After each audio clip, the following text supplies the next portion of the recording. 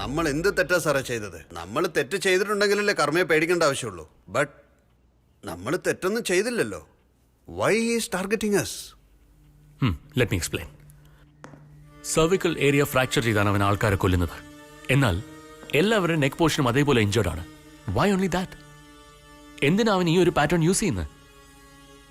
There is a message, maybe a very very very emotional one.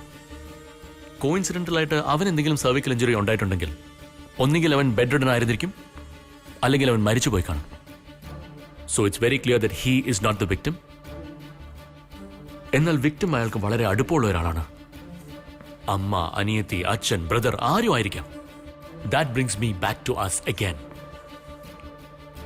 ഇതുവരെ മരണപ്പെട്ടതെല്ലാം police ഓഫീസേഴ്സിന്റെ ഭാര്യമാരാ. മരിച്ചുപോയത് ചിലപ്പോൾ അയാളുടെ ഭാര്യയായിരിക്കാം. ഇങ്ങനെയായിരിക്കും മരിച്ചത്. ടു ബി പ്രിസൈസ്, നമ്മൾ കാരണമായിരിക്കും മരിച്ചത്.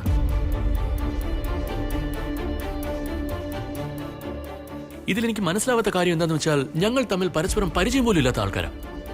സോ അയാളുടെ ടാർഗറ്റ് നമ്മുടെ ഭാര്യമാരല്ല, നമ്മളാണ്. I am sure there are some details hidden with us.